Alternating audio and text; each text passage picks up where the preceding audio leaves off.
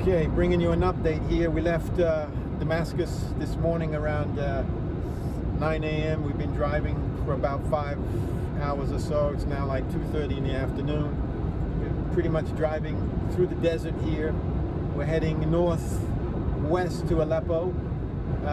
The main highway, though, we had to cut across because part of the highway to Aleppo is closed because there's still fighting going on in Idlib, which is slightly to the west of Aleppo. So we had to kind of cut across northeast, and then now we're cutting back northwest.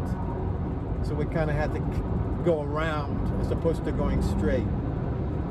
To the east of me here, about 50 miles, is Raqqa, which was all controlled by ISIS, and on the west was all controlled by Al-Nusra front.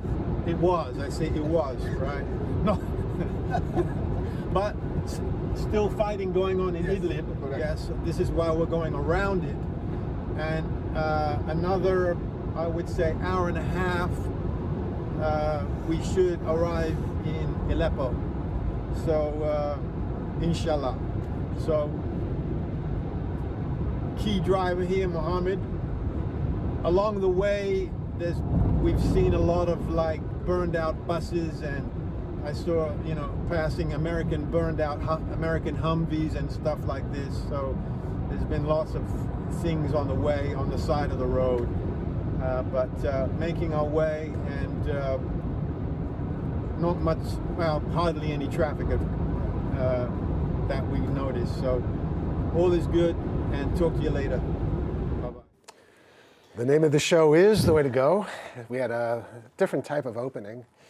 Tonight we have a very special guest. He's a humanitarian. He's the founder of WeCanSaveChildren.org. He's a Hong Kong actor, a superstar, and his name is Sir Vincent Lyn. Welcome to the show, Vincent. Alan, great to see you again. Wow, it's great to see you, alive and well. Yes, alive and well. That's the best thing. So tell us a little bit about what we just saw.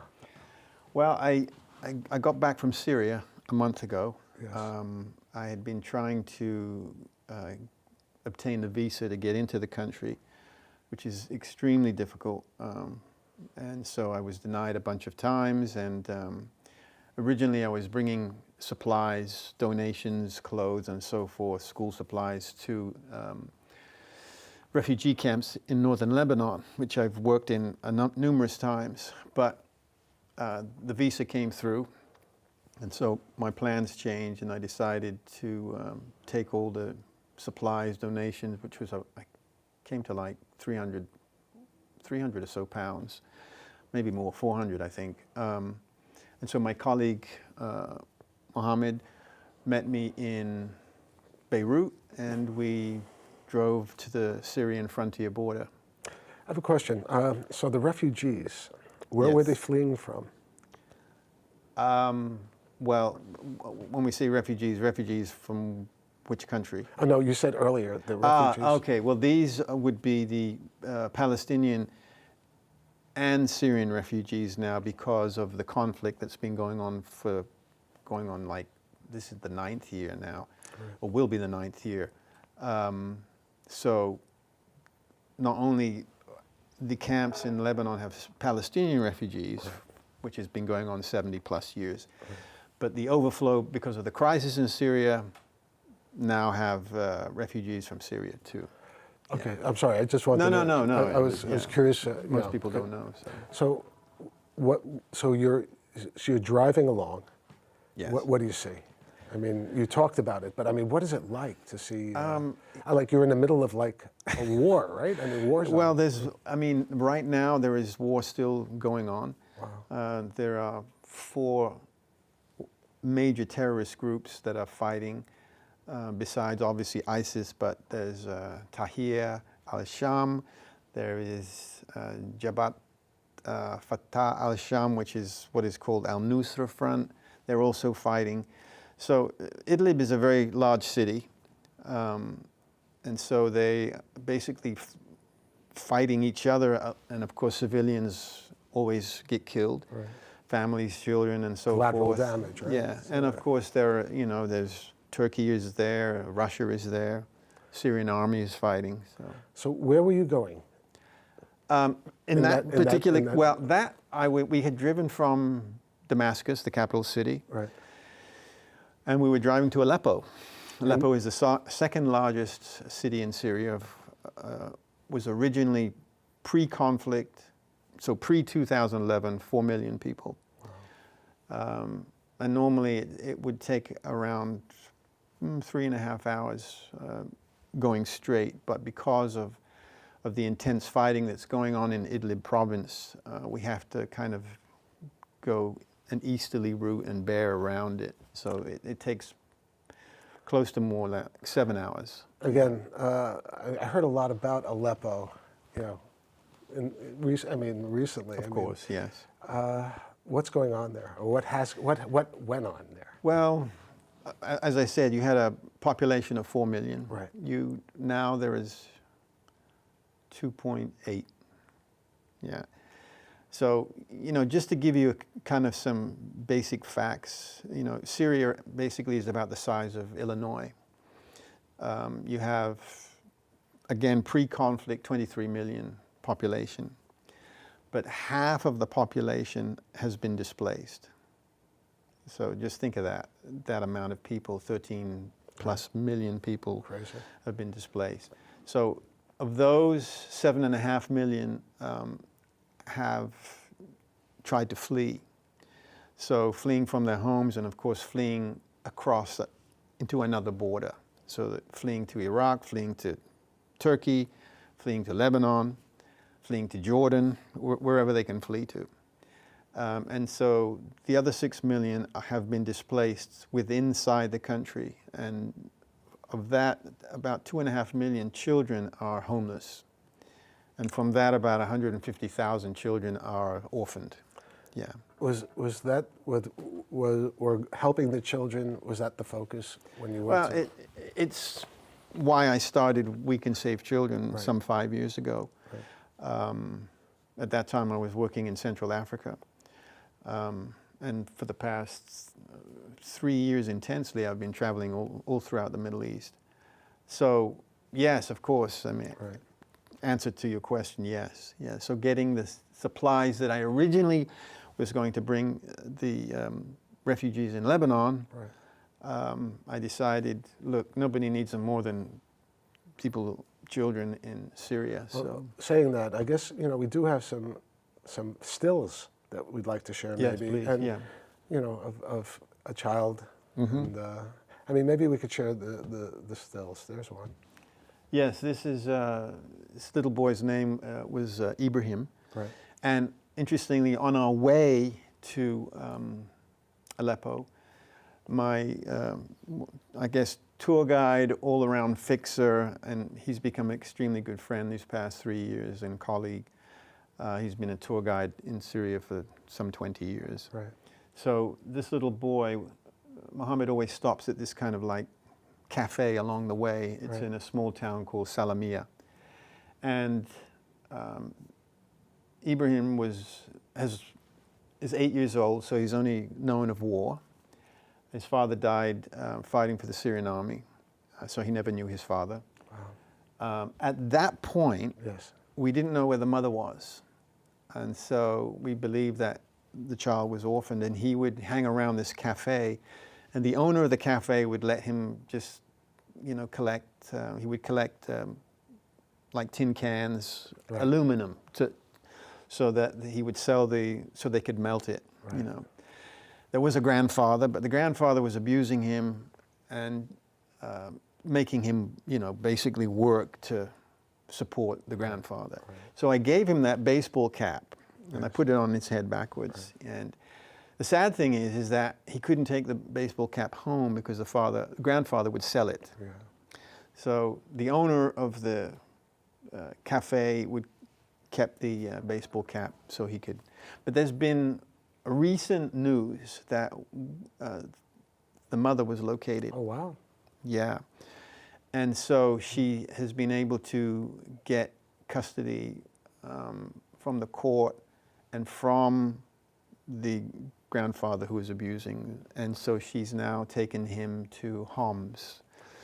But Homs is another city that was absolutely devastated in 2015. So talking about devastation, you brought some other videos also to show devastation. Yes. Maybe we could share them also. Yeah, maybe please. Afterwards you could tell us about what you saw and so let's check them out. Let's check out these videos.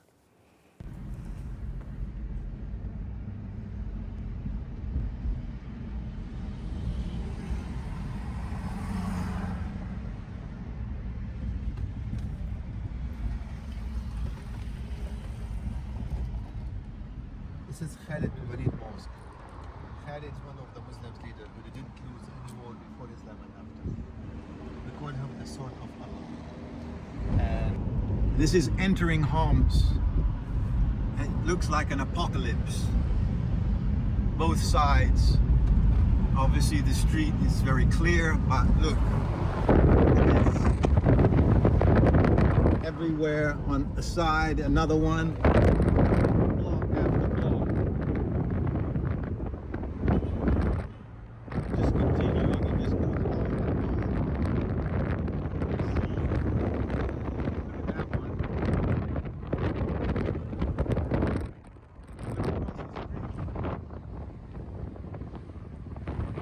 Another block. Yes. Oh, sorry.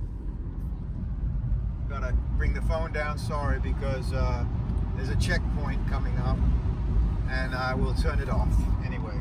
Okay, so here we are. Wow. Yeah, so that actually was the city of Homs, which is where Ibrahim's mother has now taken him, which is where they live. Well, at least he's back with his mother, right? Yeah. So Homs is the third largest city, a city of some 2 million. But you can see the devastation, and it just goes on and on and on, and you just wonder how anyone can be actually living in this kind of situation. You just become like numb to what's going on, or I mean, how does a person live? Well, from my perspective, it's surreal because I've been in I've seen a lot of conflicts, South Sudan, Iraq, but I've never seen the amount of destruction. I mean, like as we were saying earlier, it looks like so many cities in World War II, Dresden or Berlin, It's just hard to believe. Flattened, yeah. I mean, and I mean, man's inhumanity to man. I mean, it's no just question. Crazy. Yeah. I mean, and how many young people, how many women and children, and I mean, you talked about displacement. I mean, how many of them are dead? I mean, it's like well, the saying around 500,000 to 600,000 have been killed. There's probably more though. But there's also beauty, right? I mean, when you were there, I mean, Syria is one of the another reason I wanted to go, because it is one of the, if not the oldest civilization. Aleppo, and Damascus, which are biblical cities. Right. They've actually been inhabited constantly for over 6,000 years. You brought a video of something that looked like the Colosseum almost. I mean, it was just like that was in Palmyra, which is it was a UNESCO heritage site. Can we show the audience? I mean, I really think it was beautiful. Yeah. But devastated at the same time. Yeah. So let's share this. Can we share the video of? Moving through here, Palmyra, the ancient city. This section is the amphitheater. In front, again, ISIS destroying everything. When ISIS onslaught took this area, they used, after destroying everything and destroying the city, killing everybody, they used this area as a training ground. For working on their tactics and shooting and all this kind of stuff. But in this particular amphitheater right here in front, they captured 25 Syrian soldiers and lined them up on their knees and they used 12, 13-year-old ISIS indoctrinated young boys, and altogether the young boys of ISIS executed all 25 Syrian soldiers all together at the same time. So that happened right in front here.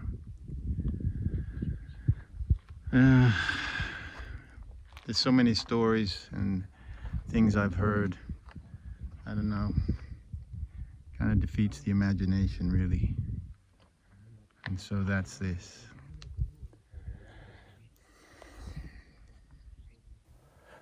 To take such a beautiful place and to just totally decimate it and to just kill people. There's no logic. It doesn't make any sense. Yeah, there's no logic at all. Right. And they're still doing it. Right. But there is beauty still. There is beauty. I mean, driving through parts of the country that have been unaffected, I mean, it really is beautiful. It was just, again, I keep using the word surreal. It was the strangest thing. I think it's the only place I've ever been, and Syria became a 120th country. Wow. It's the only country I've been where I never saw one Westerner. I never heard a foreign language, besides some English and of course Arabic. Right. But never once did I see what looked like a Westerner or a foreigner, not in any shape or form. And it was kind of a cool feeling just to know that I'm the only person. This Palmyra, before the war, there'd be thousands of people visiting it from all over the world. I was the only person visiting it, and of course with armed guards and soldiers and so forth. Yeah. Crazy. What the world has come to. Yeah. But before we get to the end of the show, I really want you to. You brought this one beautiful video where you were showing the entire landscape and all this. Please. Can we share that? Yes, please. So Sean, let's share that. Okay, that would be great. Oh, it's me. So we're standing on the top of the Citadel, which is the largest city within a city in the entire world. If we look beyond, you'll see 1, 2, 3, 4, 5, 6 buildings there. Most of them demolished. Slightly behind it, you can't really see, is the Sheraton, which is where we're staying, and that was just reopened 1 year ago. At the height, you see the battle for Aleppo. Originally, Aleppo had 4 million, today 2.8 million. So lost like a quarter of the population. So from that point, all the way around, follow me, keep going,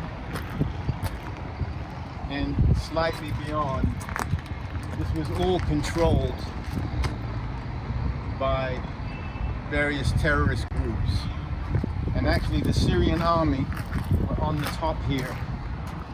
So terrorist groups were trying to, of course, to destroy this ancient site. Beyond, so even though the Battle of Aleppo ended, I think, end of 2016, but of course the crisis is still continuing. Beyond there, at the horizon, that is about 20 to 30 minutes away by driving. There are 4 terrorist groups engaging in heavy fighting. This morning I was woken up, the building shook. So the Syrian army is somewhere firing mortar rockets in that direction. So you could feel the concussion. And that's 30 minutes drive from where we're staying here. So, and the building is big, but the whole building shook, and I felt there were 3 that went off this morning, right, Mohammed? Right. Okay, so he felt it too. Now, Mohammed's used to it. He was sleeping like a baby. I felt it and it woke me up. So, there you go. Stay tuned. Wow. I mean, such powerful video, but it's not video; it's reality. It's Yeah. I mean, what do you? I mean, what is it like? I mean, I mean, how do you? It is surreal, right? It is surreal. You know, as I said, we were having a meal in a restaurant that had been rebuilt, very nice restaurant, knowing that here we are eating and everything seems to be fine. People are walking on the street and cars are driving by, yet just 20 minutes drive, it's like heavy fighting going on, you know. It's just, it's crazy, but life must go on no matter what. And it is a center for not just Muslim, but also there's Christian people. Yes, that live there? well, Damascus is like, again, this is another thing, there's a misconception, you know, especially that's misunderstood here in the West. Right. We have a photo of, you'll see Christian church, Right. And there's the Virgin Mary and the Minaret Mosque, Right. and they're right next to each other. Yeah. And you'll see that. You'll walk through the marketplaces in Damascus. You could walk for a mile and a half, and you'll have, you know, Muslim in one section, you'll have Christian there, Jewish there. So there's also Jewish people in Yeah, yeah, Maronite, Right. Shia, Cool. Sunni, and they're all living together. And they're living harmoniously. They're Right. not killing each other like everybody thinks here in the West. Right. It's actually, it's a big misconception.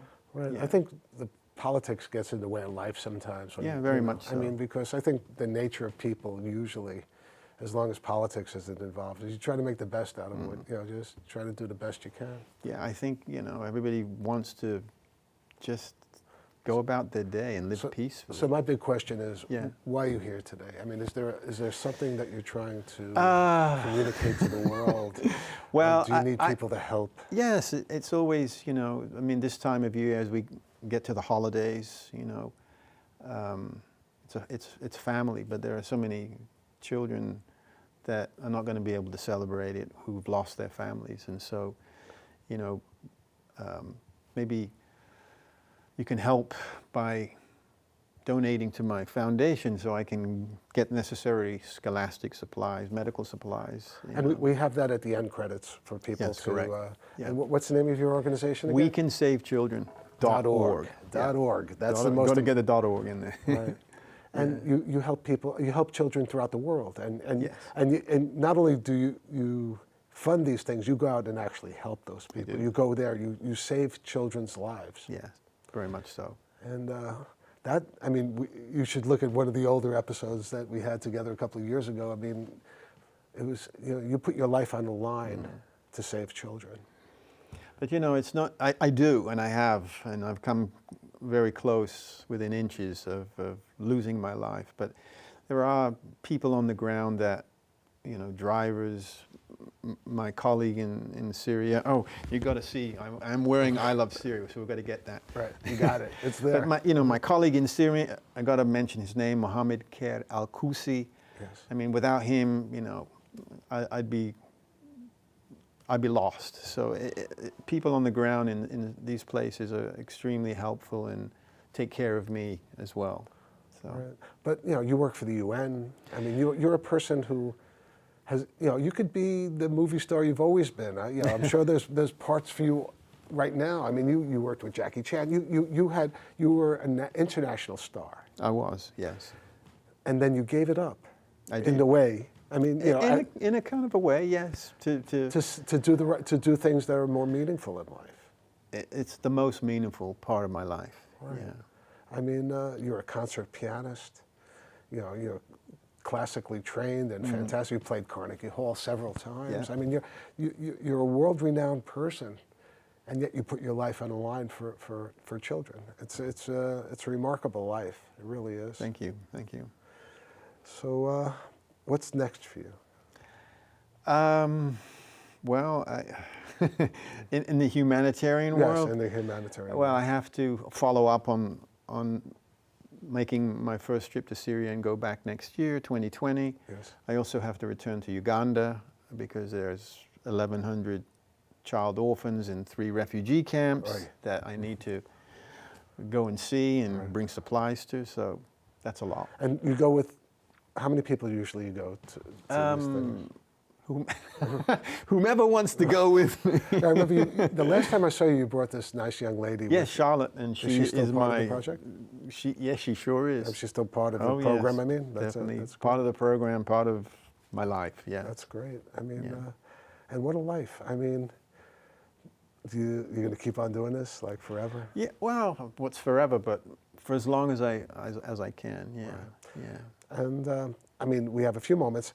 You're also beginning a project also about, you know, a film about your life, but it's not acting. It's going to be It's a documentary. A documentary. Yes. So Yeah. I can't wait to see it. I can't wait for the world to see it. You know, because I can't- I've seen you as a young action star, and I've seen you as a young man here. Oh, thank you, thank you. You know, thank but you.